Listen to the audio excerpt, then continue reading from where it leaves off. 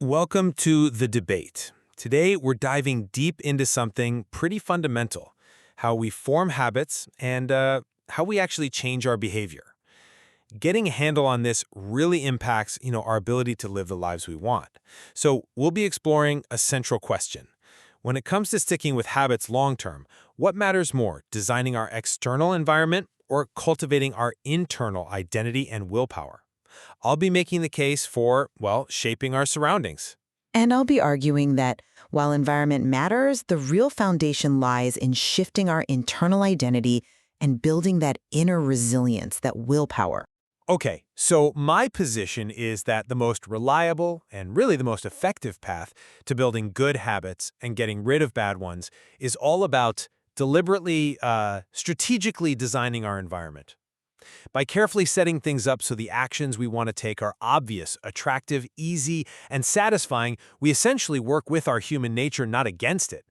This approach, drastically cuts down on the need for constant, draining willpower. Our behavior generally follows this law of least effort. We tend to do what's easiest. hmm So, consciously making good habits smooth and frictionless, and making bad habits difficult, that's paramount. Think about the success of Japanese companies that just systematically removed friction from their manufacturing. Or even just voice-activated speakers, making things effortless. Simple things, right? Putting your pills next to the faucet, keeping your guitar out in the living room. It makes the cues obvious. In this one space, one use idea, like having a dedicated office that creates these predictable contexts for behavior. The Vietnam War heroin study is a really powerful example here. Soldiers came back to a totally different environment, and amazingly, 90% didn't relapse. It strongly suggests a disciplined environment works better than just relying on individual discipline alone. hmm I definitely see the power in designing the environment. It's a fantastic tool for nudging us. But I'd argue that for habit change to be truly resilient, deep-seated and sustainable over the long haul, it fundamentally hinges on an internal shift, a change in identity, and alongside that, developing the willpower needed to get through the inevitable tough spots and plateaus. The material we're looking at really stresses this. True behavior change is identity change, meaning our focus shouldn't just be on the outcome, but on who we want to become. Every action then is like a vote for the type of person you wish to become. Now, this internal commitment, this sense of self, it's absolutely critical when we hit that plateau of latent potential. You know that frustrating bit where you're putting in the effort, but you're not seeing results just yet? Right, the ice cube analogy. Exactly. Like the ice cube sitting there as the room warms from 25 to 30 degrees.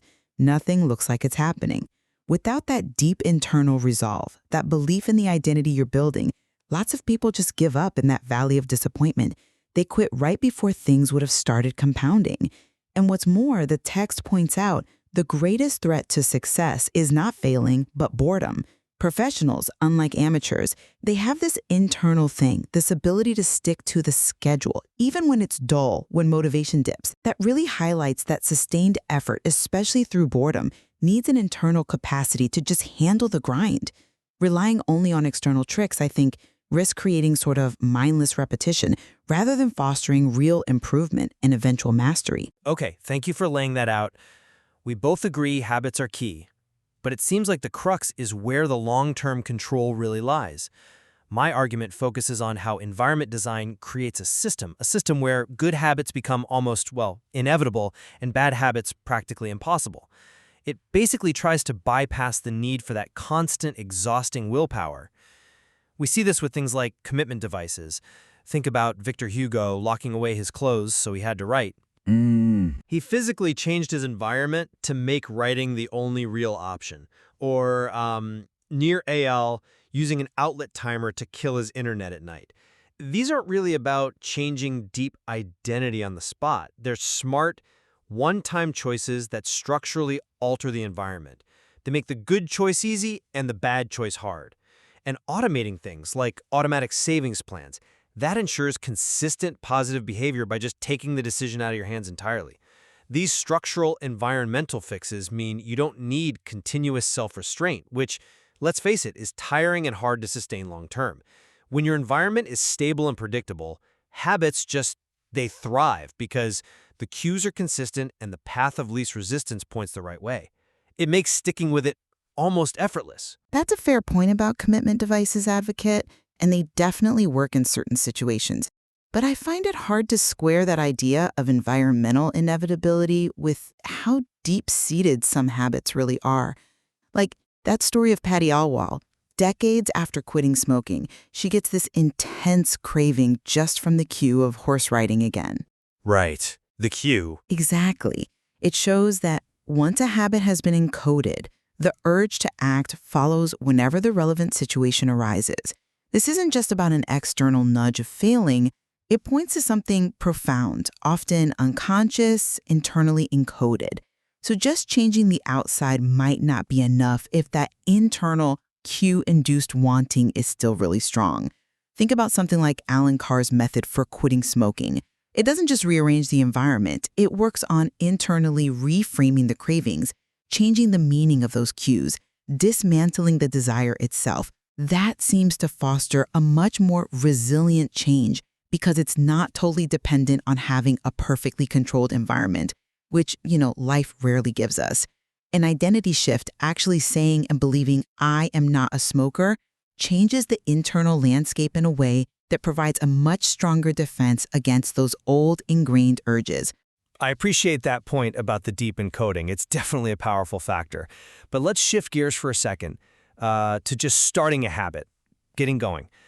My argument is that environment design is especially powerful here because it can make that initial, often difficult step incredibly easy and attractive just by how we set things up.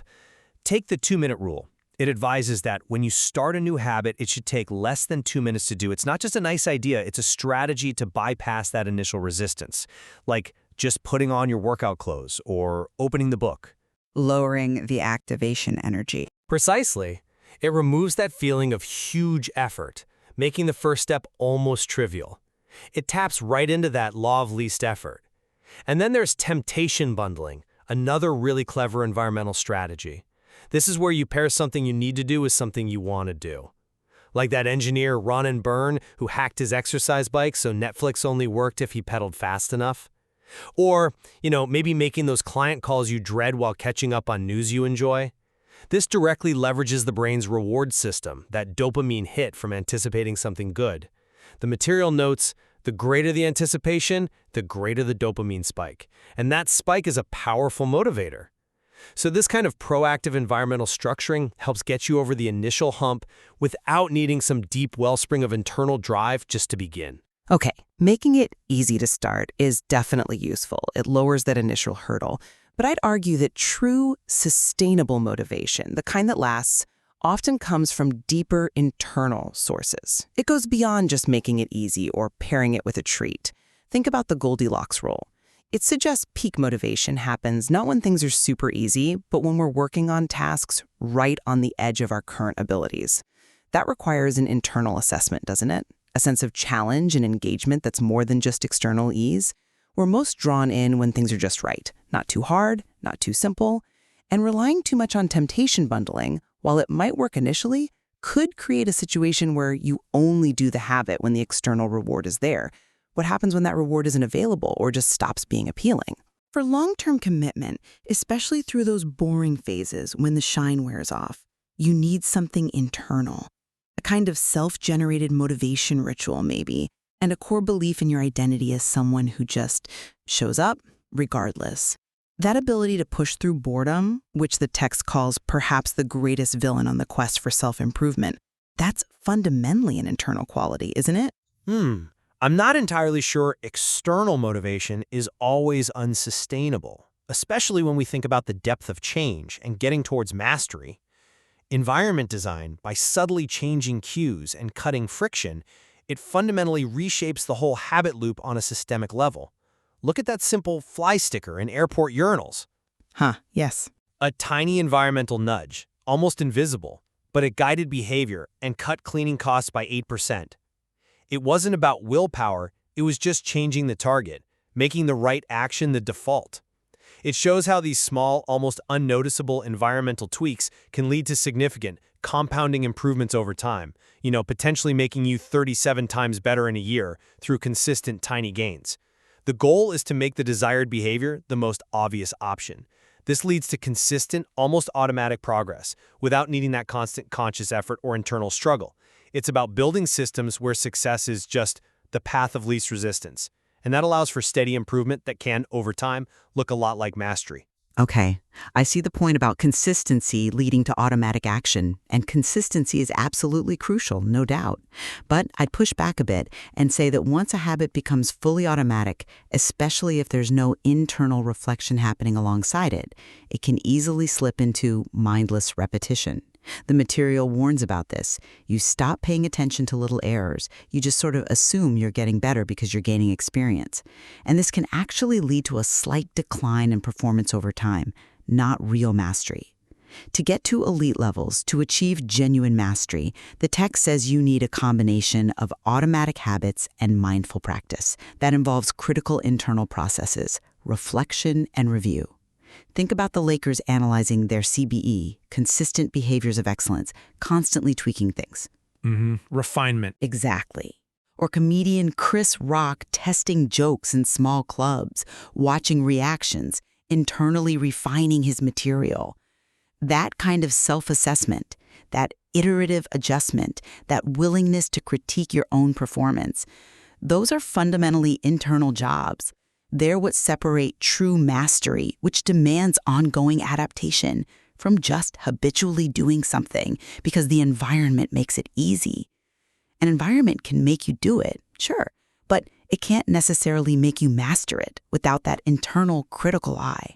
Well, in essence, while I definitely admire the pursuit of internal strength and identity change, my core argument remains that a strategically engineered environment acts as this really powerful, sustained, and largely automatic force. It works to make good habits almost unavoidable and bad habits very difficult. And this approach, I think, minimizes the drain on our limited willpower, allowing for more consistent progress and, frankly, a more predictable path to reaching our potential by smartly using our natural inclinations. And I'd stand by the idea that without that foundational shift in identity, that clear sense of who we wish to become, and without cultivating the internal resilience to push through boredom and inevitable setbacks, even the best designed environment can eventually fail us. True mastery, deep and lasting change, it really demands an internal commitment, an inner compass that guides us even when the external landscape changes, which it always does. Ultimately, it seems clear that both external design and internal commitment are deeply interconnected pieces in this complex puzzle of human behavior. Agreed. Understanding how to leverage both, our environment and our inner resolve, probably gives us the most robust framework for shaping our habits and, ultimately shaping our lives. There's certainly more to explore in how these powerful forces interact day to day.